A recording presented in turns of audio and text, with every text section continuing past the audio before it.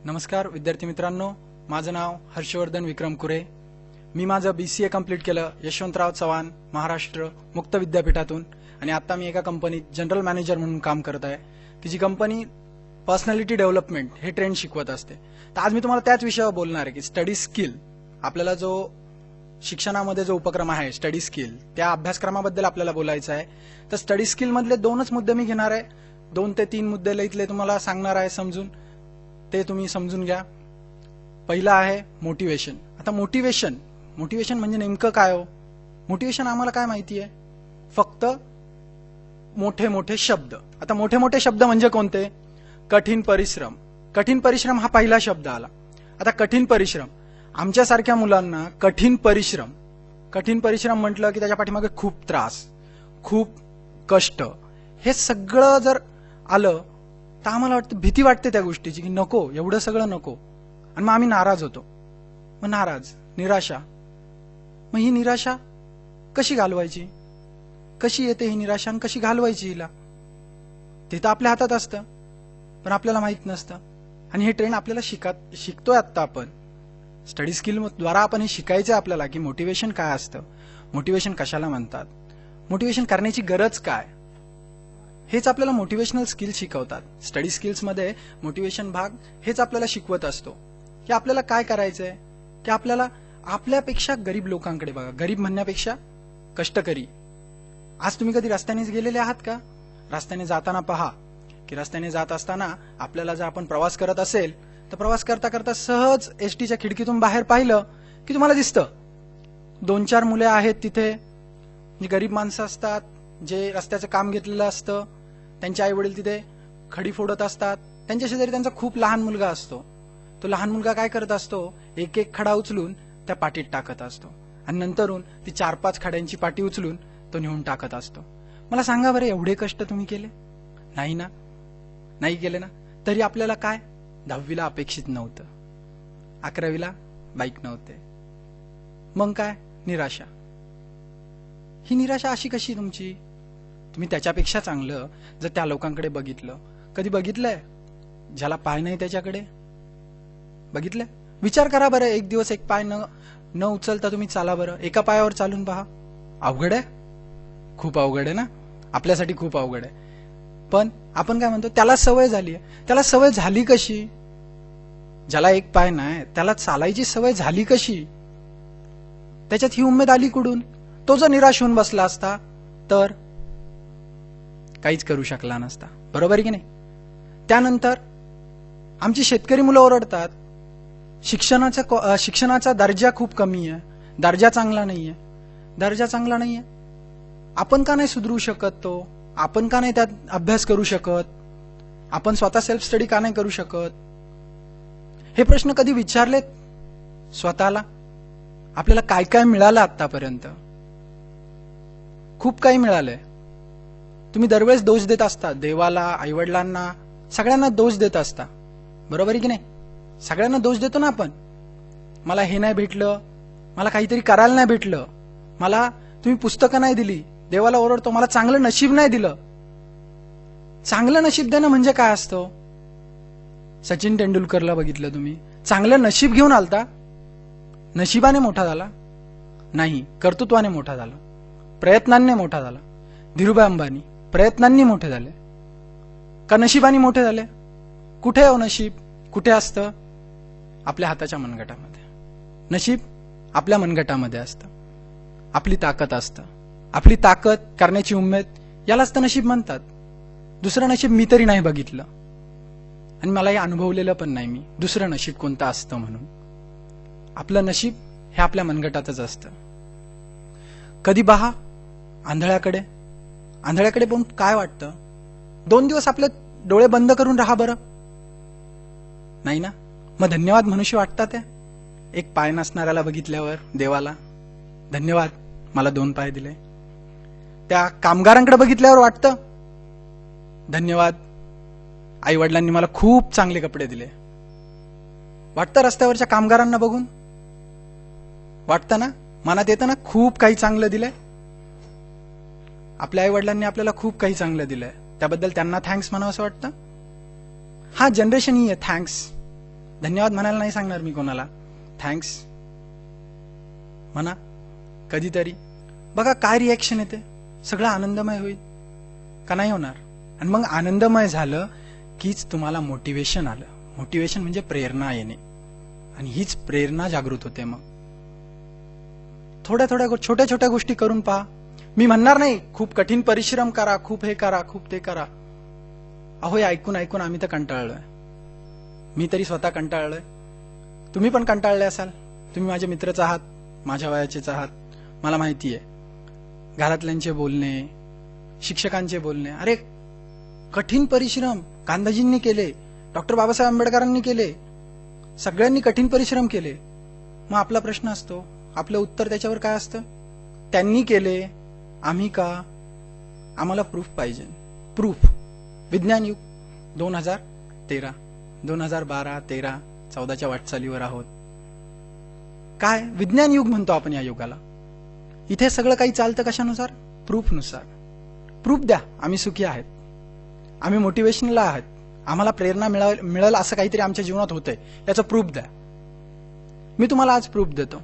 पहा या लोकांकडे, पहा ज्यांना एक हात नाही, ज्यांना एक पाय नाही, ज्यांना डोळे नाही, ज्यांना बोलता येत नाही, ज्यांना ऐकता येत नाही, जे मूकबधीर आहेत.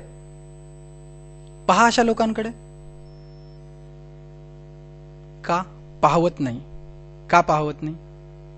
त्यांच्यापेक्षा आपण किती सुखी आहोत हे तर बघू शकता. माझं पहिलं म्हणणं हेच आहे तुम्हाला, पहिले समाधानी व्हा. आहे माझ्याकडे एवढं आहे ना, मग पळू शकतो. मला एक सांगा, जर धावण्याच्या शर्यतीत भाग घ्यायचा आहे, मला पळताच येत नाही असं म्हटलं तर तुम्ही भाग घेऊ शकता? नाही. घेऊ शकता का? नाही घेऊ शकत. का नाही घेऊ शकत? पहिल्यांदाच मी ठरवलं ना, मला करताच येणार नाही, मला पळताच येणार नाही.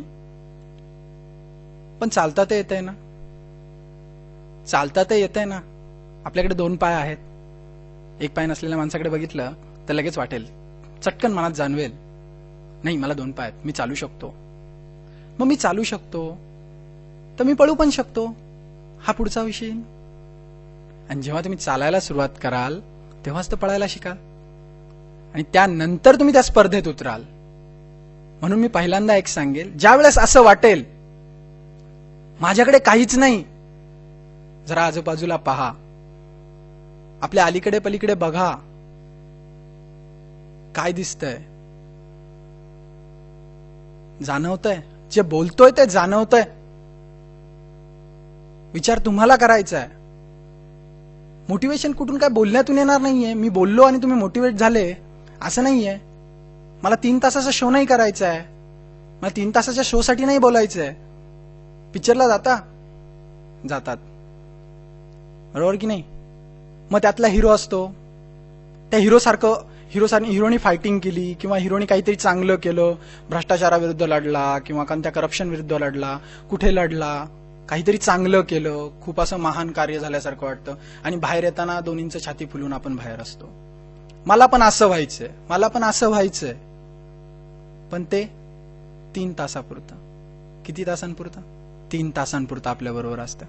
3 तासानंतर बाहेर आलो, परत आपण आपल्या दुनियेत येतो, आपण एकच वाक्य म्हणतो, तो पिक्चर आहे, ती फिल्म आहे, त्यात होतं. वास्तविक जीवनात नाही होणार. का नाही होणार? तुम्ही त्याच्यामध्ये काय बघितलं? त्या पिक्चरमध्ये काय बघता हो तुम्ही? नेमकं काय बघता? तुम्हाला आठवतंय तुम्ही लक्ष पिक्चर बघितला? लक्ष पिक्चर मध्ये नसेल बघितला तर मी तुम्हाला एक प्रसंग सांगतो. जर कधी वेळ भेटला तर तो प्रसंग पहा. तुम्ही एका ठिकाणी ठरवतो, जिथे ऋतिक रोशन ठरवतो की मला काहीतरी करायचंय. म्हणजे त्या पिक्चरमध्ये गाणं आहे, मैं ऐसा क्यों हूं, त्या अगोदर थोडासा एक पार्ट येतो की ते सगळे मित्र एका ठिकाणी बसलेले असतात, आणि तिथे बसून ते काय म्हणत असतात, मला आर्मीत जायचंय. कोण म्हणतं मी बिझनेस करणार, कोण म्हणतं मी काय करणार. त्यावेळेस ऋतिक रोशन काय म्हणतो, मला आर्मी जॉईन करायचंय, मी आर्मीत जाणार, मी आर्मीत जाणार. तुम्ही तिथे त्याला हसता, साहजिकच आहे. तिथे तो कॉमेडी सीन बनवलेला आहे, त्यामुळे तुम्हाला हसणं भागच आहे. पण तिथे थोडासा विचार करा, तो तसं म्हणतो, त्यानंतर आर्मी जॉईन करतो. पुढे जर तुम्ही पिक्चर बघितला असेल तर तो आर्मी जॉईन करतो. आर्मी जॉईन केल्यानंतर तो एक वाक्य बोललेला असतो की मी हे पूर्णच करणार, मी हे पूर्णच करणार. तरी तो मधून सोडून येतो. आर्मी जे आहे ती सोडून तो घरी येतो. त्यावेळेस त्याला प्रीती झिंटा म्हणते, तू हेच करू शकला नाही, तू तुझं ध्येय पूर्ण करू शकला नाही, तू घरच्यांना काय नीट सांभाळणार आणि मला काय सांभाळणार. तो खूप दुःखी होतो, तो निराश होतो, मी काहीच करू शकत नाही. पण त्या निराशेनंतर तो काहीतरी ठरवतो की नाही, मी काहीतरी करूनच दाखवणार. याला म्हणतात प्रेरणा. आणि त्यानंतर तुम्ही जो पिक्चर जर पुढे पाहिला तर तुम्हाला कळेल की शेवटला तो त्याच्या ध्येयामध्ये पूर्णपणे सफल होतो. हा त्या पिक्चरचा मी तुम्हाला एक भाग सांगितला की पिक्चर पाहत असताना, फिल्म पाहत असताना आपण काय बघतो याच्याकडे पण थोडंसं आपलं लक्ष असलं पाहिजे. त्यातून आपल्याला मोटिवेशन भेटतंय की काय भेटतंय, का जस्ट एन्जॉयमेंट पाहतोय आपण पिक्चर. आपण ह्या गोष्टींचा कधी विचारच केलेला नाहीये. आपण पिक्चर पाहायला जातो त्यावेळेस काय एकच डोक्यात असतं, एंटरटेनमेंट. पण एंटरटेनमेंट पेक्षाही तुम्हाला या जगामध्ये, आपल्या शहरामध्ये, आपल्या गावामध्ये जिथे पाहाल तिथे प्रेरणा आहे. तुम्हाला मोटिवेशन करायची गरज मला नाही वाटत आहे, फक्त विचार करण्याची गरज आहे. मी काय म्हटलं, मोटिवेशन करण्याची गरज नाही, विचार करण्याची गरज आहे. मग आलो विचार. आणि विचार हे दोन प्रकारचे. मग विचार किती प्रकारचे? दोन प्रकारचे, पॉझिटिव्ह, निगेटिव्ह. आता तुम्ही म्हणता आम्ही हे ऐकलेलं आहे की पॉझिटिव्ह विचार असावे, पॉझिटिव्ह दृष्टिकोन असावा, सकारात्मक दृष्टिकोन असावा, सकारात्मक असावा. किती दमलो आम्ही सकारात्मक विचार करून करून. आज नाही उद्या चांगलं होईल, उद्या नाही परवा चांगलं होईल. पण आम्हाला काहीच भेटलं नाही. मग काय करायचं? पॉझिटिव्ह ऍटिट्यूड कुठपर्यंत ठेवायचा आम्ही? तुमचे हे सगळे मनात प्रश्न असते. पण आपण पॉझिटिव्ह ऍटिट्यूड ठेवतोच कुठे? कुठे असतो आपला पॉझिटिव्ह ऍटिट्यूड? पहिल्या प्रयत्नात संपतो पॉझिटिव्ह ऍटिट्यूड आपला. मला सांगेल कुणी 50 वेळा प्रयत्न केला नाही.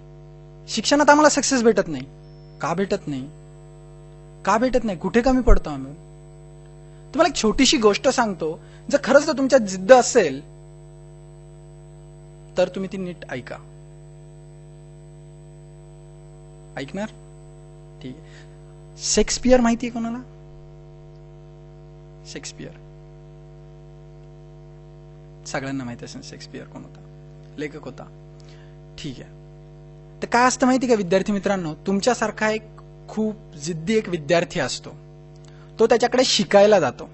त्याच्याकडे काय करायला जातो? शिक्षणासाठी जायचं असतं त्याला.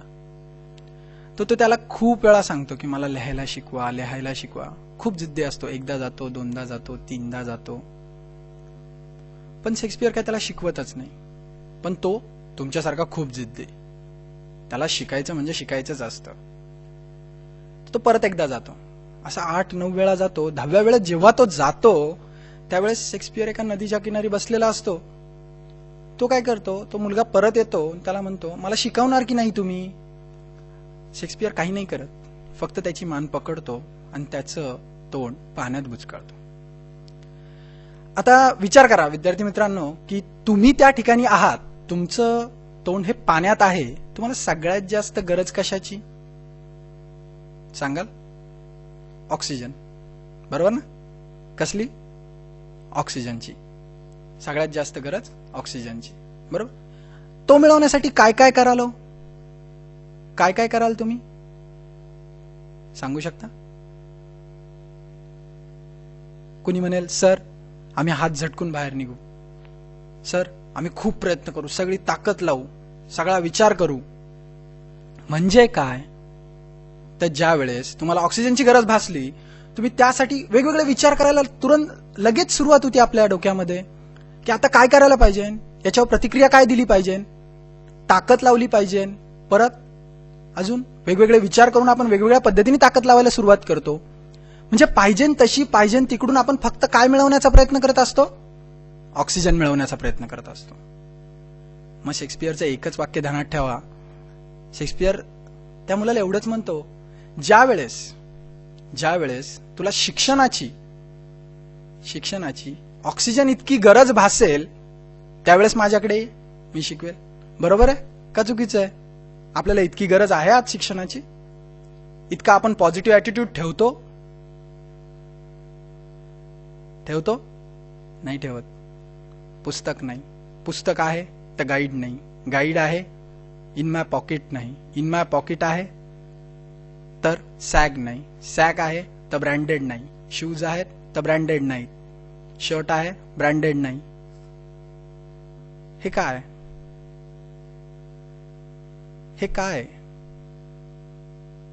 करताय विचार?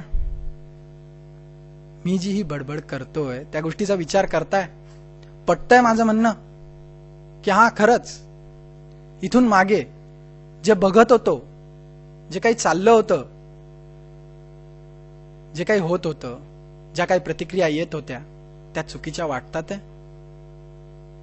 राहिलीय मनात निराशा कुठे?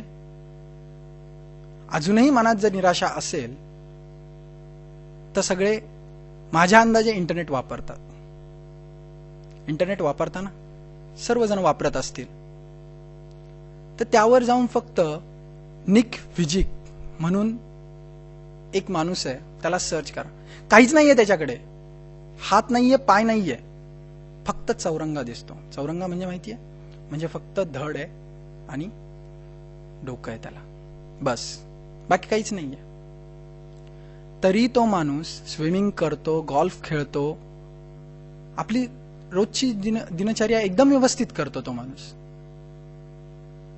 कधीतरी पहा, तुम्हाला मी हे नावं का सांगतोय, नेटवर बसायला का सांगतोय? तुम्ही म्हणा सर तुम्ही सांगताय हे काय सांगताय, पण मी तुम्हाला प्रूफ देतोय. मी तुम्हाला लिहून नाही देते मुद्दे, तुम्हाला काय करायचंय, विचार बदलायला सांगतोय. आणि त्याचबरोबर माझ्यासारख्या म्हणजे जिज्ञासू, प्रत्येकाला कारण पाहिजे अशा गोष्टी, अशा विद्यार्थ्यांसाठी सांगतोय. प्रत्येकाला प्रूफ आणि कारण मागणाऱ्यांना की प्रूफ पण देतोय आणि कारण पण देतोय. हाच माझा उद्देश आहे, तुम्हाला मोटिवेशनल सांगण्याचा, की प्रेरणादायी काहीतरी सांगायचंय मला तुम्हाला. की आज आपण शेक्सपियरची गोष्ट बघितली, त्यानंतर आपल्या आजूबाजूला पाहायला शिकलो. अजून काय बघू शकता तुम्ही? तुमच्याकडे अजून भरपूर उदाहरणं असतील, भरपूर आपल्या गावात असतील, आपल्या गल्लीत असतील, आपल्या शहरात असतील. अशी खूप काही उदाहरणं आहेत की ज्यांच्याकडे बघितलं की आज वाटतं की हे करू शकतात तर आम्ही का नाही. आणि हेच म्हणजे मोटिवेशन. हा विचार तुमच्या मनात येणं म्हणजे मोटिवेशन आहे. मोटिवेशन दुसरं कशाला नाही म्हणत. मोठमोठी वाक्य सांगून मला तुम्हाला घाबरवायचं नाहीये किंवा तुम्हाला त्रासही द्यायचा नाहीये की खूप कठीण परिश्रम करा, खूप जणांनी केलं, खूप मोठ्या मोठ्या व्यक्तींची नावं सांगून तुम्हाला घाबरवायचं नाहीये. त्यांनी त्यांच्या युगात केलं, आजच्या युगात करणारे आहेत ना, आहेत. आणि नसतील तर आपण होऊ. हा विचार आणा कुठेतरी तुमच्यामध्ये, कुठेतरी हा विचार येऊ द्या. जिथे 5 जणांना घेऊन स्वराज्य निर्मिती होते, छत्रपतींनी स्वराज्य निर्मिती 5-6 जणांना घेऊन गेली, आपण का नाही करू शकत ह्या गोष्टी? खूप लांब जायची गरज नाहीये तुम्हाला. धीरूभाई अंबानी आहेत का, त्यांनी निर्मिती सुरू केली असेल तेव्हा त्यांना लगेच सक्सेस भेटला असेल का? लगेच ते पूर्ण झाले असतील का? बिझनेसमॅन मोठे झाले असतील का लगेच? नाही. हा मला मान्य आहे, मी जे सांगतोय ते ऐकले असेल, भरपूर वेळा ऐकलं असेल, पण मी हे सांगतोय म्हणजे तुम्हाला काय, मी डॉमिनेट करत नाहीये किंवा तुम्हाला असा त्रास द्यायचा नाहीये. मला फक्त एवढंच सांगायचंय की यांच्याकडे बघण्याऐवजी कुठेतरी आपल्या जवळपास बघा, आपल्या गल्लीमध्ये, आपल्या गावामध्ये कुठे आपल्याला दिसतात कामगार दिसतात, रस्ता कामगार दिसतात, किंवा आपल्याकडे आले काही पाईपलाईन्स वगैरे चालू असतात, कोणतंही काम चालू असतं, गवंडी काम ज्यावेळेस चालू असतं त्यावेळेस त्या काम करणाऱ्या मुलांकडे पहा, त्यांच्या आईवडिलांकडे पहा. आपल्याकडे काय काय, आपल्याकडे त्याच्यापेक्षा जास्त आहे, आपल्याकडे त्यापेक्षा खूप जास्त आहे. त्यांच्या मुलांकडे त्यांच्या आईवडिलांचा अभिमान असतो. एवढे कष्ट करून ते त्यांच्या मुलांना शिकवत असतात. त्या मुलांसाठी माझं एकच सांगणं आहे, पहा, आईवडिलांकडे पहा, काय करतात ते आपल्यासाठी. मी फक्त विचार करायला सांगतोय, मला फक्त विचार करायला लावायचा आहे तुम्हाला. माझ्या पूर्ण सेशन्समध्ये मला फक्त तुम्हाला विचार करायला लावायचा. आणि तो तेवढा जरी तुम्ही करायला शिकले तरी माझ्यासाठी खूप आहे. मी तुम्हाला फक्त प्रश्न विचारतोय. मागासपासून तुम्ही म्हणाल की आम्हाला लेक्चर दिलं जाणार होतं, पण हे सर नुसते प्रश्न विचारतात. तुम्ही कॅपेबल आहात ह्या प्रश्नांची उत्तर सापडायला. मी तुम्हाला फक्त दिशा देणार आहे, चालायचं तुम्हाला आहे. मी फक्त विचार कसा करावा हे सांगतोय. विचार तुम्हाला करायचा आहे. मी तुमच्या डोक्यात घुसून विचार नाही करू शकत. का करू शकतो? नाही ना. विचार मी बदलू शकत नाही. मी नेता नाही किंवा एखादा फिल्म ऍक्टर पण नाही तुमचे विचार बदलायला. बरोबर आहे ना. पण आपल्याला विचार बदलायचे आपल्या भविष्यासाठी, आणि आपल्याला मोटिवेशन घ्यायचे त्यातून. आपल्या आजूबाजूच्या परिसरात पाहून आपल्याला मोटिवेशन घ्यायचंय. यालाच मोटिवेशन म्हणतात. आणि हे मोटिवेशन जरी तुमच्यामध्ये आज आलं तरी माझ्यासाठी खूप आहे. आपला दुसरा मुद्दा असा आहे गोल सेटिंग. आता गोल म्हणजे ध्येय. आता ध्येय नेमकं कसं असावं? आपल्याला सांगितलं जातं ध्येय मोठं असावं. मोठं म्हणजे किती मोठं असावं? ध्येयापर्यंत कसं पोहोचावं? आम्हाला आतापर्यंत कोणी सांगितलंच नाही. ध्येयापर्यंत कसं पोहोचावं हे आम्हाला कोणी सांगितलंच नाही. आम्हाला काय सांगण्यात आलं? फक्त कठीण परिश्रम केल्याशिवाय ध्येयापर्यंत पोहोचता येत नाही. हो, मान्य. मोठं ध्येय ठेव, मान्य. खूप परिश्रम कर, मान्य. सगळ्या गोष्टी मान्य. पण करायचं कसं? मला इथून नाशिकला जायचं आहे, मला इथून पुण्याला जायचं आहे. एसटी पकड, जा. एसटी आहे, मान्य. ती तुला पकडायची आहे, मान्य. कशी, कुठून, किती वेळ, कसं, हे सगळे प्रश्न आहेत ना अजून. तसंच ध्येयाच्या बाबतीत आहे. तो सेट करत असताना आम्हाला भरपूर मुद्दे सांगितले जातात. काय काय सांगितलं जातं? तो कसा असावा? Specific, miserable, achievable, realistic, time bound. हे आपल्याला आतापर्यंत लिहून दिलं गेलं. गोल हा स्पेसिफिक असावा, त्यानंतर मिजरेबल असावा, अचिवेबल असावा, रिअलिस्टिक असावा, त्याला टाइम बाउंड असावा. हो, मान्य. कसं करायचं? कसं पण हे सगळं? मित्रांनो, वर्गात कधी बोळे मारलेत? बोळे, कागदाचे बोळे करून कधी मारलेत वर्गात? मारलेत? नक्की. तोच आपण एक प्रयोग केला. तर तुम्ही बोळे मारताना काय काय करता मला जरा सांगताल का? तुम्ही कागद फाडता, त्याचा बोळा बनवता आणि तो समोरच्याला कोणाला तरी मारता. बरोबर? ही झाली तुमची प्रोसेस. पण यातूनच शिकण्यासारखं काय सांगा बरं मला. तुम्ही म्हणाल सर यातून काय शिकायचं? यातून फक्त बोळे मारायचे. हा, पण यातून शिकण्यासारखं आहे. ज्यावेळेस तुम्ही बोळा बनवता त्यावेळेस मला सांगा काय काय तुमच्या डोक्यात विचार चालू असतात. बोळा बनवलाय, पहिलं तुम्ही ध्येय ठरवता, कोणाला मारायचंय. ते झालं तुमचं ध्येय. मग तो हातात घेतल्यानंतर आपण कुठे आहोत याचा पहिला अंदाज घेता. आपल्यापासून समोरच्याचं अंतर किती आहे हे पहिलं मोजता. आपल्या हातामध्ये तेवढी ताकद आहे का आपण त्याच्यापर्यंत मारू शकू याचा विचार करता. बरोबर की नाही? त्यानंतर सरांची पाठण फिरलेली असते, तेवढ्या टायमामध्ये तो मारायचा असतो. बरोबर ना? तेवढ्याच टायमामध्ये मारता ना तो. म्हणजे त्याला टाइम किती लागेल हे पण तुमच्या डोक्यात असते की नाही? मग आता हे थोडं इकडून काढून आपल्या गोलच्या बाबतीत धरू. ध्येयापर्यंत पोहोचण्यासाठी कसं कसं पोहोचाल? पहिलं ध्येय ठरवणं गरजेचं आहे. मला इथे पोहोचायचंय. बरं, माझं आज ठरलं मला ध्येयापर्यंत पोहोचायचंय. मग कसं पोहोचणार? एक उदाहरण देतो तुम्हाला. समजा तुम्हाला महिन्याला 5 किलो वजन वाढवायचंय. काय करायचंय? वाढवायचंय. माझं ध्येय काय झालं? मला 5 किलो वजन वाढवायचंय. मग ते कसं वाढवायचं आता? बरोबर? मग आता त्याला एक स्मार्ट गोल बनवायचा. गोल कसा असावा? स्मार्ट असावा. Smart, SMART. मगाशी सांगितल्याप्रमाणे स्पेसिफिक, मिजरेबल, अचिवेबल, रिअलिस्टिक आणि टाइम बाउंड. आता सगळ्यात पहिला मुद्दा स्पेसिफिक. चला याला स्पेसिफिक बनवू आपण. मला काय करायचंय? 5 किलो वजन. किती महिन्यात? 1 महिना. पॉसिबल आहे? पहिली ही पॉसिबिलिटी चेक करा. नाही. 2 किलो ठीक आहे. 2 किलो ठीक आहे. आपण एक जनरल वास्तविकता धरू. 2 किलो वजन ठीक आहे. मला एका महिन्यात 2 किलो वजन वाढवायचंय. वजन वाढवणे 2 महिने हा झाला तुमचा गोल. मग मिजरेबल म्हणजे ते कशात मोजता येईल? किलोग्रॅम मध्ये. बरोबर ना? 2 किलो वाढवायचं आहे म्हणजे किती किलो? 2 किलो. मग 2 किलो हे मिजरेबल आहे का? तर ते मोजता येत आहे. त्याच्यानंतर अचिवेबल म्हणजे काय? मला नक्की त्याच्यासाठी टाइम देता येईल का? मला ते अचीव होईल का? 2 किलो वाढेल का? मी वाटतंय का मला मनातून असं? ते झालं अचिवेबल. त्यानंतर रिअलिस्टिक म्हणजे वास्तविक. ते वास्तविक आहे का? की माझ्या दिनक्रमामधला काही तास बाजूला काढून किंवा काही वेळ बाजूला काढून मी व्यायाम, जिम करू शकतो का वजन वाढवण्यासाठी? त्यानंतर माझ्या जेवणावर मी लक्ष देऊ शकतो का? माझ्या दिनक्रमामध्ये तेवढा टाइम आहे का माझ्याकडे की मी तो त्या वेळेसाठी घालवू शकतो वजन वाढवायला? हे पाहणं म्हणजे रिअलिस्टिक करणं. टाइम बाउंड तर आपण अगोदरच दिलेला आहे. 1 महिना. काय? 1 महिना. मग त्या एका महिन्यामध्ये आपली रोजची प्रोसेस पण चेक होईल का? तर तो मिजरेबल आहे ना? किलोमध्ये मोजता येतो. 10 दिवसाने तुम्ही मोजू शकता किती किलोग्रॅम वाढले, किती ग्रॅम वजन वाढलं आपलं, मोजू शकता. म्हणजे ध्येय कसं असावं तर मोजता आलं पाहिजे.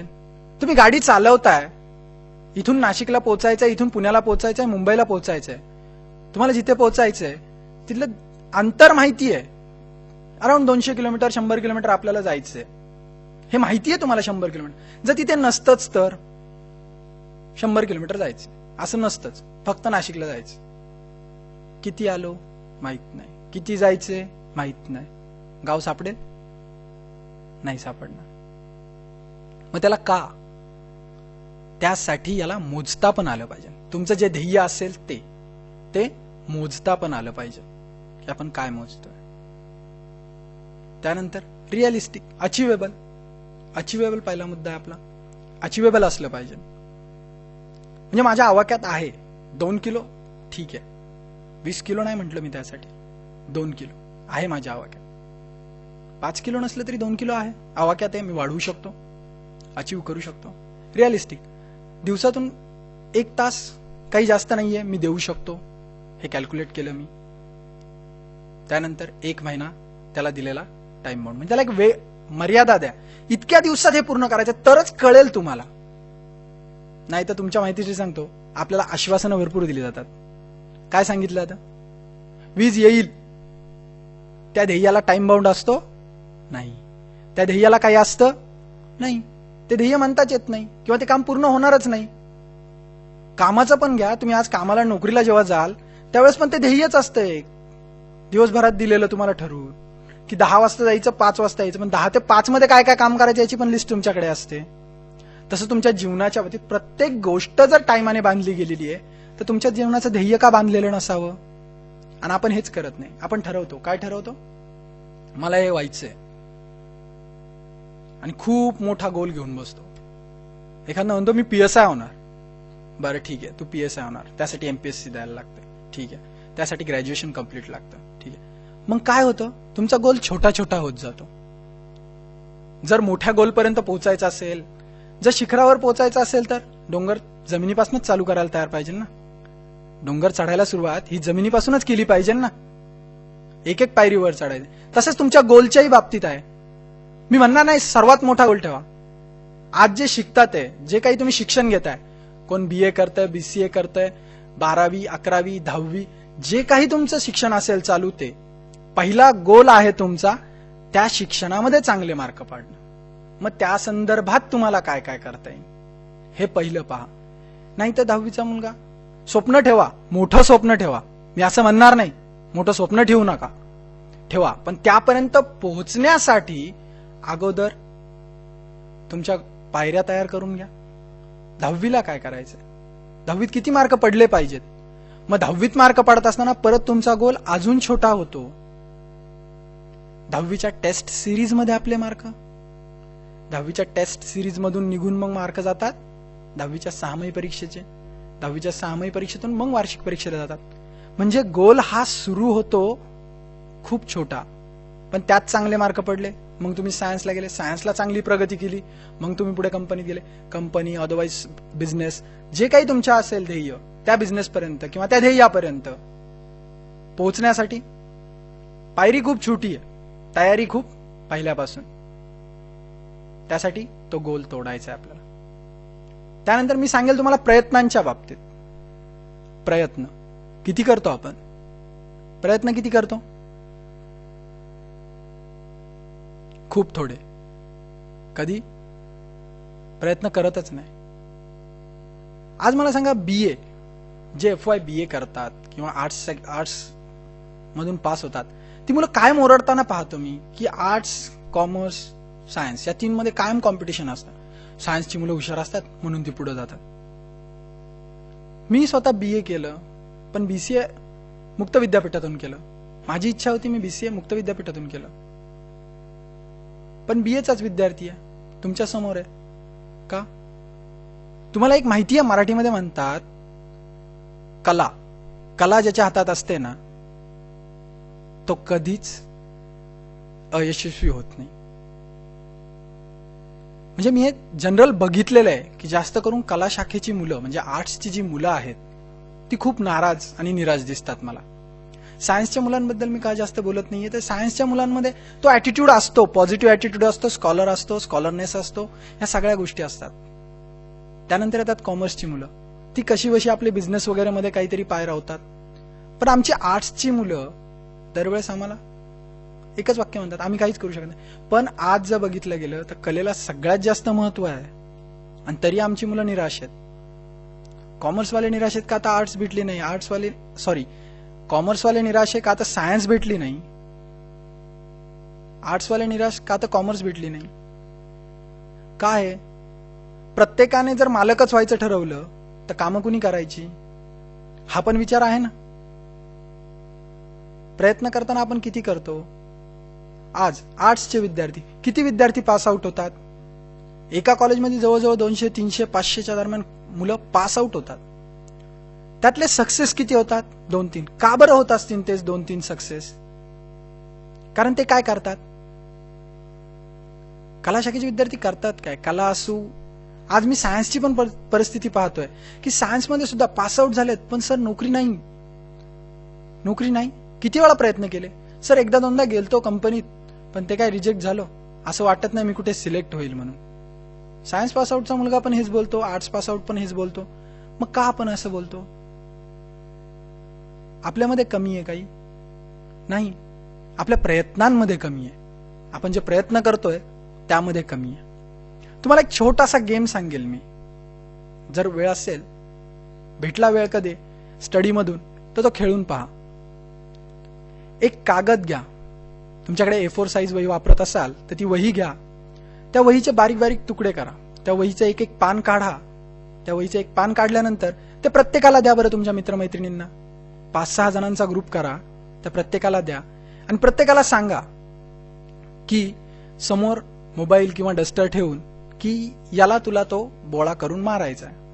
किती बोळे करतोय मला माहित नाही, तू बोळे फक्त कर. आणि जेव्हा तुझा बोळा त्या डस्टरला लागेल त्यावेळेस तुम्हाला अर्धा पॉइंट दिला जाईल. असा एक छोटासा गेम खेळून पहा.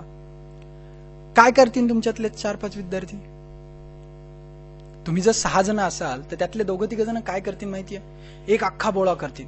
काही असतं, मी मोठा करून मारला ना मोठं काहीतरी होणार, एकदाच मारणार, ठीक आहे. काही असतात, चल 2-3 वेळा बघू, 2-3 बोळे करतील. काही जण 7-8 करतील. जो खूपच चिकट असेल तो 10-15 बोळे करेल. पण मग काय वाढलं सांगा बरं, ज्यांनी सगळ्यात जास्त बोळे तयार केले त्याचं काय वाढलं? गुणांचे चान्सेस वाढले, त्याला मिळणाऱ्या गुणांचे चान्सेस वाढले. म्हणजे त्याच्या प्रत्येक हिटला त्याला अर्धा पॉइंट वाढणार आहे. एकदाच मारला अर्धा पॉइंट भेटला, 2दा मारला, 1 हुकला तरी अर्धा पॉइंट भेटला. म्हणजे एकदा मारण्यापेक्षा दोनदा मारणं कधीही चांगलं, त्यातही जास्तीत जास्त वेळा ते करणं कधीही चांगलं. मग याला म्हणतात प्रयत्न. हे या छोट्याशा गेम मधून शिका. प्रयत्न. आतापर्यंत बोळे भरपूर मारले असतील ना, त्यातून हे नाही शिकले, आता शिका. मी पहिल्यांपासून जे सांगतोय ना, मी काय शिकवणार आहे? विचार करायला, तुमच्या विचारांना दिशा देणार आहे. मला दरवेळेचं तुमचं बोरिंग लेक्चर नाही घ्यायचं. प्रोफेसर लेक्चर आलेच सर, घेतलाय खडू, बसलेत तुम्हाला शिकवत. नाही, त्याने तुमचे विचार नाही बदलणार. कारण मला माहिती आहे कॉलेजमध्ये आपले विचार काय झालेले आहेत. काही नाही, सर येणार आहेत, सरांनी शिकवायला सुरुवात केली की आपण मागे काहीतरी करू. मी तसं नाही शिकवणार. मी आतापर्यंत जेवढंही काही तुमच्या संग बोललो त्याबद्दल एकच तुम्हाला विनंती करेल की विद्यार्थी मित्रांनो, विचार करा. मी जे सांगितली आतापर्यंत उदाहरणं, त्यांचा विचार करा. आपल्या आजूबाजूला सतत पहा. जिथे निराश व्हाल, जिथे हताश व्हाल, आजूबाजूला पहा. खरंच आपली परिस्थिती खूप चांगली आहे, हा विचार मनात येणं एवढंच माझ्या पूर्ण लेक्चर आणि पूर्ण या संभाषणाचं त्यातून सार्थक होईल. की तुम्ही एवढा जरी विचार शिकले आजूबाजू पाहून की हा माझ्याकडे आहे, खरंच खूप आहे. एवढंच मी तुम्हाला आज सांगेल आणि यातूनच तुम्ही काहीतरी शिका. धन्यवाद.